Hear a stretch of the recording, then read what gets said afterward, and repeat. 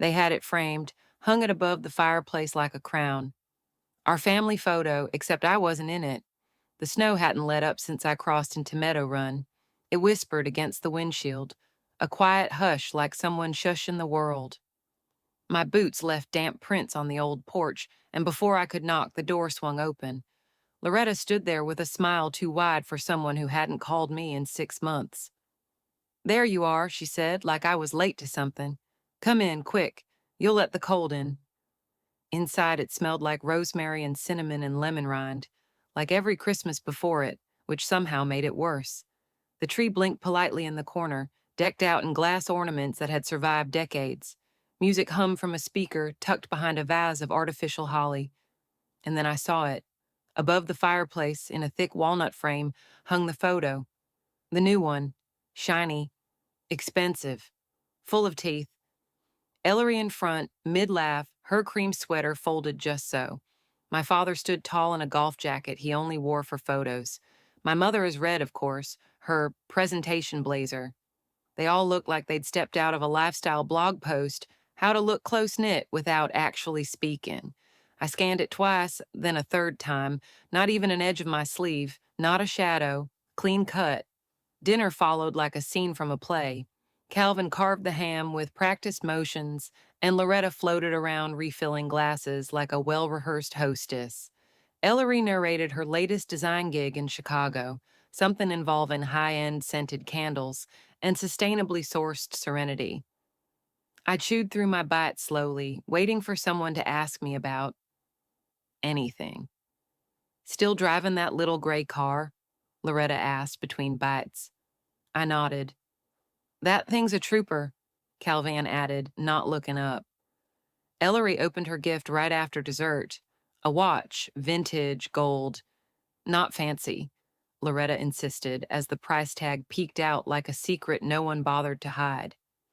"Oh my God, you guys," Ellery squealed, leaning across the table to hug them both.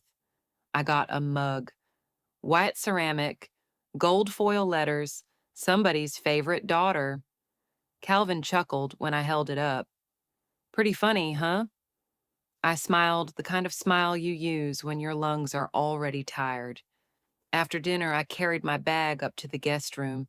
Not my room, just the guest room. Beige sheets, a single lamp that flickers when you walk too fast. The bookshelf had been emptied of anything personal, save for a copy of The Joy of Cooking, with a cracked spine and a few forgotten post-its.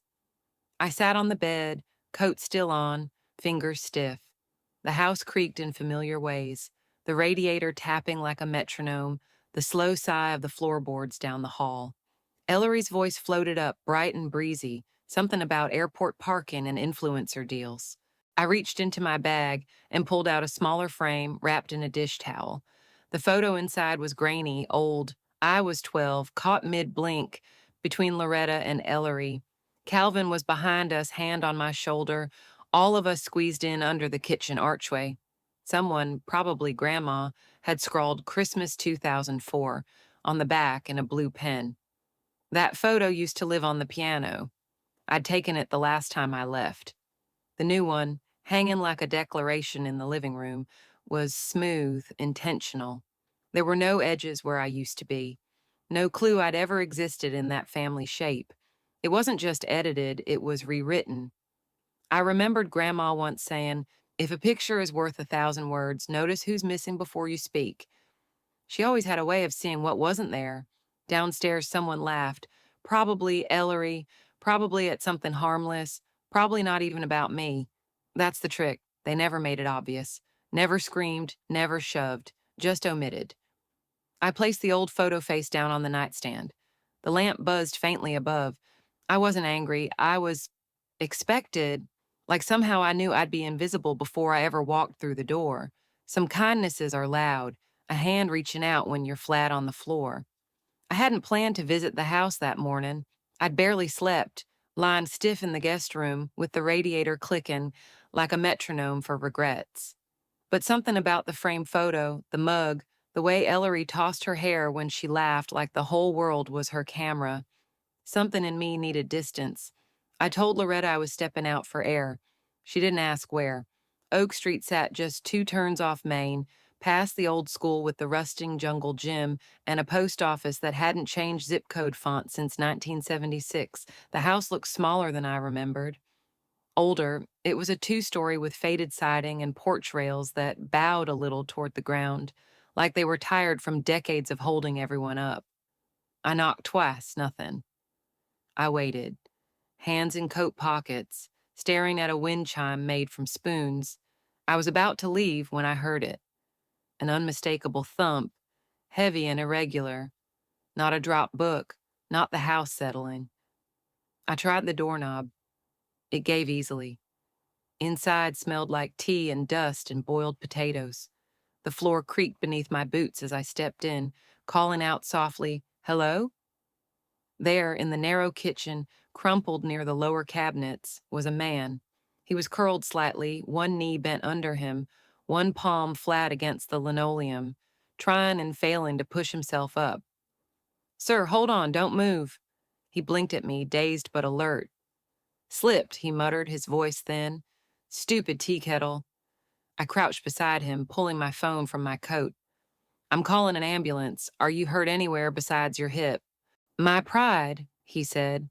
Then, "and maybe my shoulder." The paramedics came fast, small town quick, just 3 streets over. They lifted him with a gentle efficiency, wrapped him in fleece, and asked me if I was family. I hesitated. "No," I said, "but I'll ride along." The emergency room in Meadow Run was the kind of place that still had chairs with springs you could feel.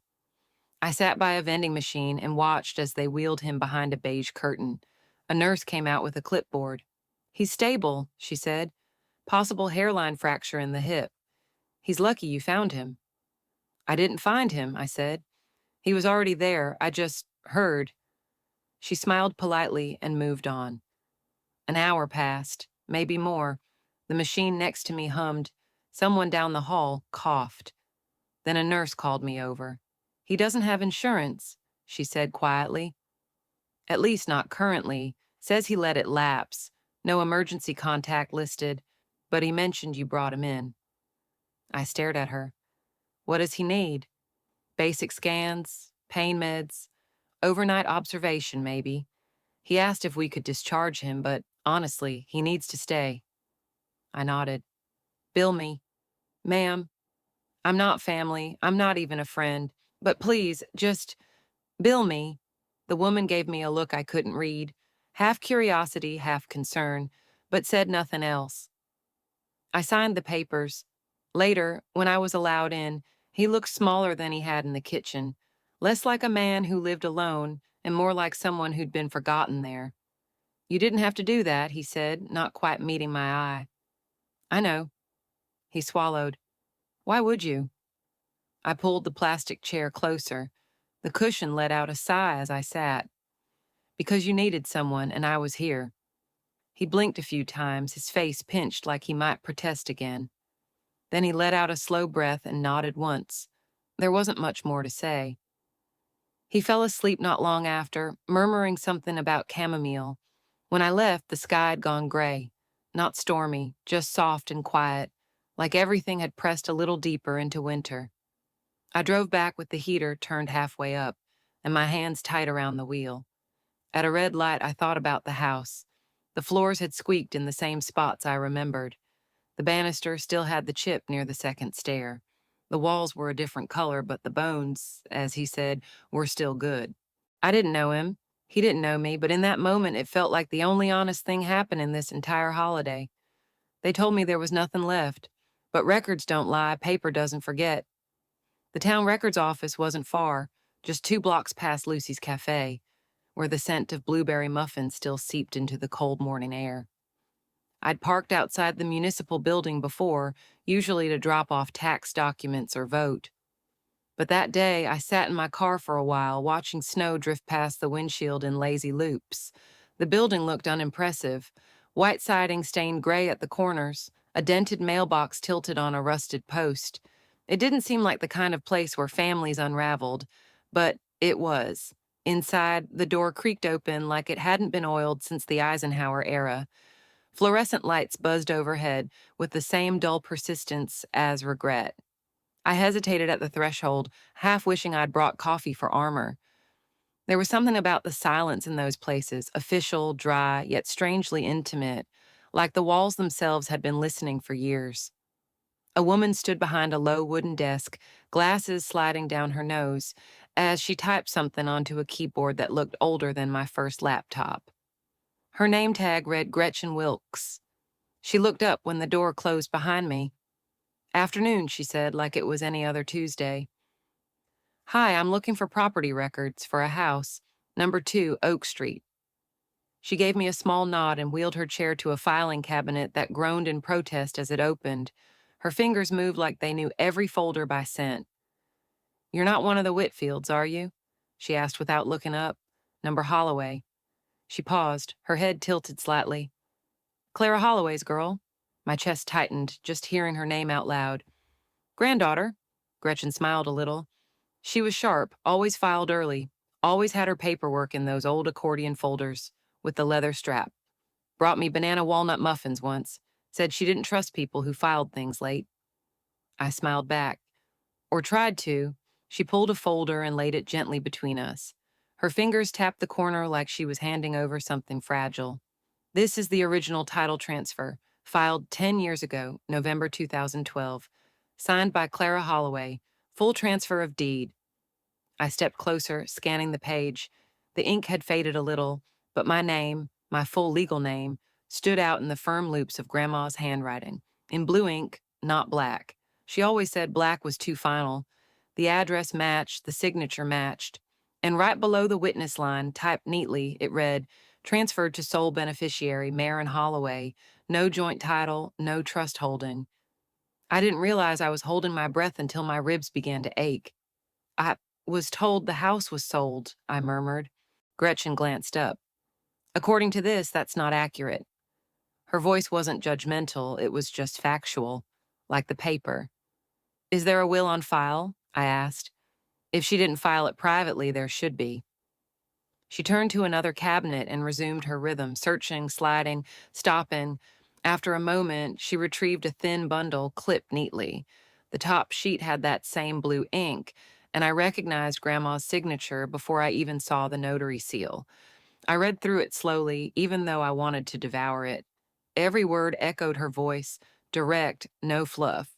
She left the Oak Street property to me. She'd done it openly, legally, months before her health declined. No wonder they never showed me this. "Would you like a certified copy?" Gretchen asked softly. "Yes," I said. "Please." I paid in cash. She slid the envelope across the counter, then reached behind her and handed me a second thing, a copy of a black and white photo, Grandma and me on the porch of that very house. It had been left inside the records folder, she said, probably tucked there by mistake, or maybe not. Outside, the wind had picked up. Flakes danced along the sidewalk as I stepped back into the day, envelope under one arm, photo tucked into my coat. My gloves, the same pair I wore every winter, had a hole in the right thumb, exposing raw skin to the cold. I hadn't fixed it. Maybe I never would. Some things stayed broken long enough to feel honest. I didn't drive straight home. Instead, I pulled into the parking lot of the community park nearby, the one with the gazebo Grandma used to take me to when Ellery had dance class. I sat in the car and stared at the envelope, its weight growing heavier by the minute. They hadn't forgotten.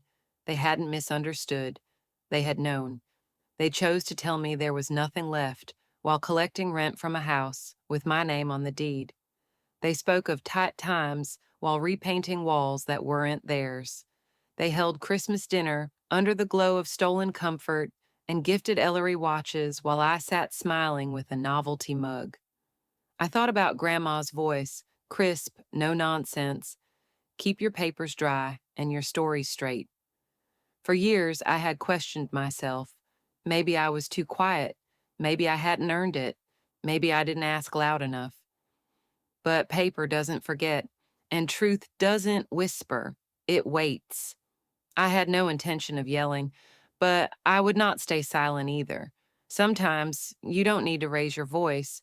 You just need the right piece of paper. I came downstairs just as they were lighting candles for brunch. The air smelled like rosemary ham and citrus glaze, holiday comfort with a twist of performance. Loretta was plating scrambled eggs, humming to herself, already in hostess mode. "Morning," she chirped. "Hope you slept okay in the guest room." "The mattress has a personality," I said, pouring myself coffee. She chuckled. I didn't. Ellery was already at the table, legs tucked beneath her, scrolling on her phone. Calvin scanned the Sunday paper like it held secrets only he could decipher. The meal unfolded like a scripted scene. Loretta gushed about Ellery's latest design project. Calvin shared updates on town council debates. Ellery floated travel plans, Lisbon, something wellness themed. No one asked about me, not about work, my apartment, or how I'd spent last Christmas. I let them go on, filling the silence with curated small talk. Then, when plates were cleared and Ellery reached for more coffee, I placed the envelope on the table. Cream-colored, embossed, quiet. Loretta blinked. "What's this?" "Something I wanted to give you," I said. "But I'd rather you didn't open it now." Calvin looked up, smiling like I'd handed him a punny mug. "You didn't have to get us anything." "I know," I replied. "I wanted to." That got their attention. Loretta opened it anyway, of course she did. As she unfolded the documents, her smile faltered. Her eyes scanned faster, flipping to the second page, then the third. Calvin leaned in, his jaw tightening. "What is this?" she whispered. "The full copy of Grandma's will," I said. "The version you never showed me, the one where she left the Oak Street house to me. Sole ownership, filed, notarized." Calvin stiffened. "We handled the estate. There wasn't much to handle." "No," I said calmly. "You told me there wasn't. While collecting rent from a property you said was gone." Ellery looked up now, confused. "Wait, what house?" "The one you used for that photo shoot last spring," I said. "Remember? The porch with the navy shutters." Ellery blinked. "I thought that was Mom and Dad's place." "Yeah," I said. "So did I, until yesterday." Calvin dropped the papers like they'd burned him. Loretta's voice softened, shifting into that boutique return tone she used when caught. "We didn't think you'd want the responsibility. You're always so far away." "I was far away," I said, "because you made it clear I wasn't welcome here." "You've always been dramatic," Calvin muttered. I let out a dry laugh. "Right, I'm dramatic.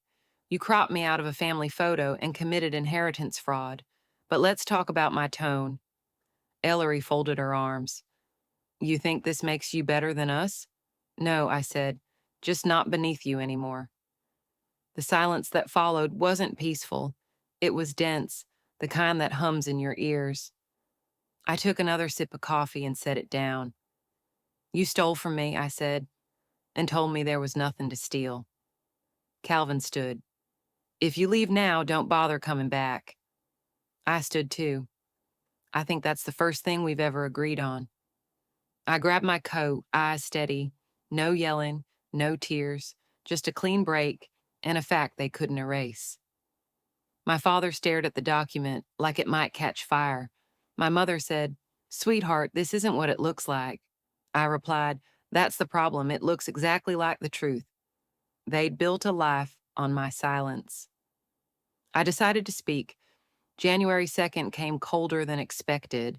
A sharp breeze curled around the corner of Oak Street as I unlocked the front door of the house, my house, and stepped inside with a new set of keys. The sound of the door closing behind me didn't echo like before. I'd bought curtains from a local consignment shop and strung them up that morning, just enough fabric to catch the light and soften the edges of the place. The floorboards still creaked in familiar ways, though. That hadn't changed.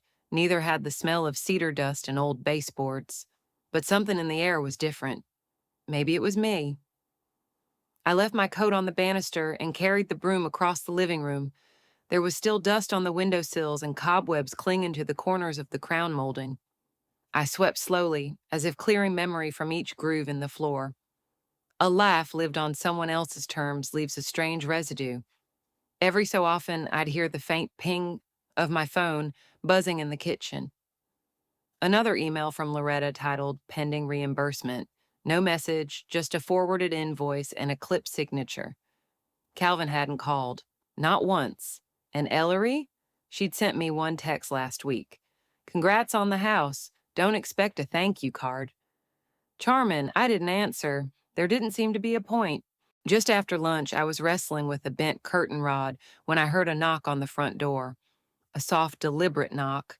I turned the knob, and there he was, Reuben Bell, standing upright, though a cane now braced his left side. His coat was too big, the sleeves hanging past his wrists, but his face looked clearer, less strained than the last time I'd seen him in a hospital gown. His smile was small, but solid. Thought I'd pick up the rest of my stuff, he said.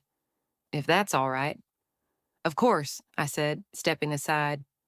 He walked in slowly, nodding toward the changes. Place looks warmer already. I'm trying, I said. One curtain at a time. He chuckled. That's how you build anything decent.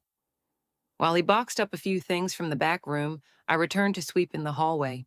A few minutes later, he returned with a duffel slung over his shoulder and a small canvas bag tucked under one arm. You know, he said, I've been thinking. I've still got the upstairs unit if you'd have me. You want to stay? I asked, surprised. If the offer is still open, I've got nowhere better to be and I like the neighborhood. I could even help around the place, light repairs, painting. You just got out of the hospital, I reminded him. I said light repairs. He grinned. I nodded. Deal. But rent's reduced. No arguments. His brow lifted. Are you serious? I'm not Loretta. He looked at me for a long beat, then nodded. All right then. Deal. He reached into the canvas bag and pulled out a small envelope. Something else, he added. For you. I raised an eyebrow. He handed it over and added, Don't open it now. Do it tonight when it's quiet. I tilted my head. Is this one of those surprise bombshell letters? He laughed. Depends on what you consider a bombshell. He turned to leave, but paused at the door. Almost forgot. He reached into his duffel and pulled out a small square of wrapped fabric. Something I made years ago, never had the right wall to hang it on. I unwrapped it after he left. A watercolor, sunlight pouring through slatted window panes onto a wooden floor. The colors are soft but deliberate, familiar, a room like this one, a moment like now. That evening, I lit a single lamp and made a grocery list on a yellow legal pad I found in one of Grandma's old drawers, chamomile tea, fresh bread seed packets. The last one surprised me, but I kept it. I unsealed Reuben's envelope while the kettle boiled. Inside, a folded brochure from a gallery in Boston, a contact card paperclipped to it, embossed with an unfamiliar name, and a handwritten note on hotel stationery. My nephew runs this place. They need a curator with a good eye and a better heart. He owes me a favor. You've earned more than just this key. I stared at it for a while, the steam from the kettle rising behind me. Maybe that's what Grandma meant. The house wasn't a gift. The freedom was. I didn't know what to expect when I turned the key for the first time and called the house mine, but I've learned the best kind of ownership doesn't come from paper. It comes from presence. The morning of January 7th, I woke up to birdsong. I hadn't heard birds from my window in years, not in my old apartment wedged between two laundromats. But here on Oak Street, the air had space to carry sound. The wooden sill beside my bed was still rough in places, but I'd sanded it myself. The little potted herbs I'd picked up at a roadside stand sat neatly in the corner, reaching toward the light. I stretched, rolled out of bed, and padded across the hall. The floor didn't groan as much anymore. I tightened the screws last week, one board at a time, one little restoration at a time. Downstairs, the kettle hummed. I poured chamomile tea into the same ceramic mug I found tucked in the back of the cabinet, cream-colored, hand-painted with a faded sunflower. Probably my grandmother's. Or maybe something she picked up for $1 and never threw away. Either way, it felt like a relic that chose to stay. Reuben came by just before 10, carrying a paper bag of bagels and a folder under his arm. He nodded toward the porch as he entered. You've got mail, he said. The real kind, with stamps. Sure enough, a single envelope sat in the rusted mailbox I hadn't replaced yet. No return address. Inside, a card printed in delicate script. Thinking of you. Hope you're well. I didn't need a signature. I could hear Loretta's voice in the way the sentence curled. I folded the card and slid it into the drawer next to the coupons I'd probably never use. I'll be out of your hair in a minute, Reuben said, lifting his cane as he stepped into the kitchen. Just wanted to drop this off. He handed me the folder, neatly labeled, with typed instructions and a contact number. Gallery guy? I asked. He shrugged. It's just a door, you don't have to walk through it. But if you do, maybe don't wait until someone else tries to slam it shut. I didn't reply. Not right away. Instead, I set it beside the kettle, folded the bagel bag neatly, and smiled. I planted seeds yesterday, I said. Window boxes, herbs, a few wildflowers. Might not take, but I figured it was worth trying. That's all it ever is, he replied. Trying. Later that afternoon, I drove into town for groceries. Nothing fancy, just staples. I stopped at a hardware store and picked up new drawer pulls for the upstairs cabinets. The man behind the counter called me Miss Holloway and handed me a receipt folded with care. As I walked back to the car, I caught my reflection in the window, windblown hair, an old sweater, my own face softer somehow. And I realized something. I didn't miss them.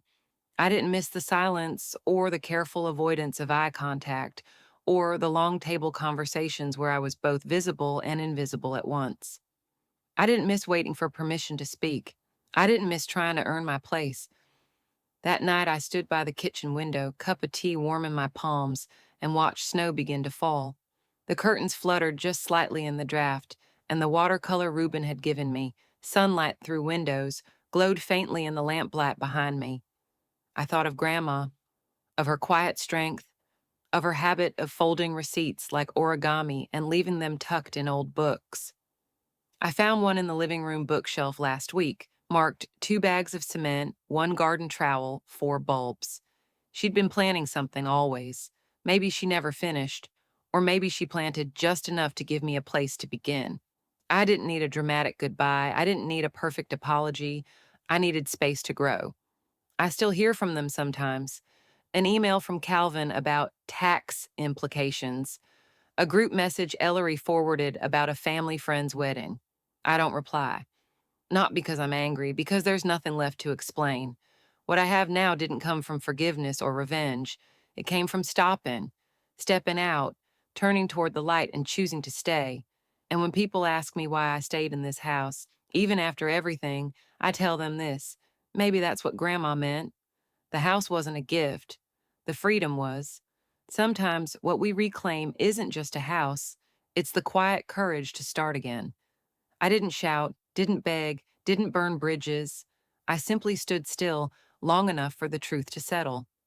Kindness, even when unacknowledged, leaves roots behind, and the things we give from the heart, patience, honesty, a second chance, often return in ways we never expect. So maybe the next time someone looks overlooked, it's worth asking what stories they carry. And maybe, just maybe, the real inheritance is the freedom to bloom where we were once buried.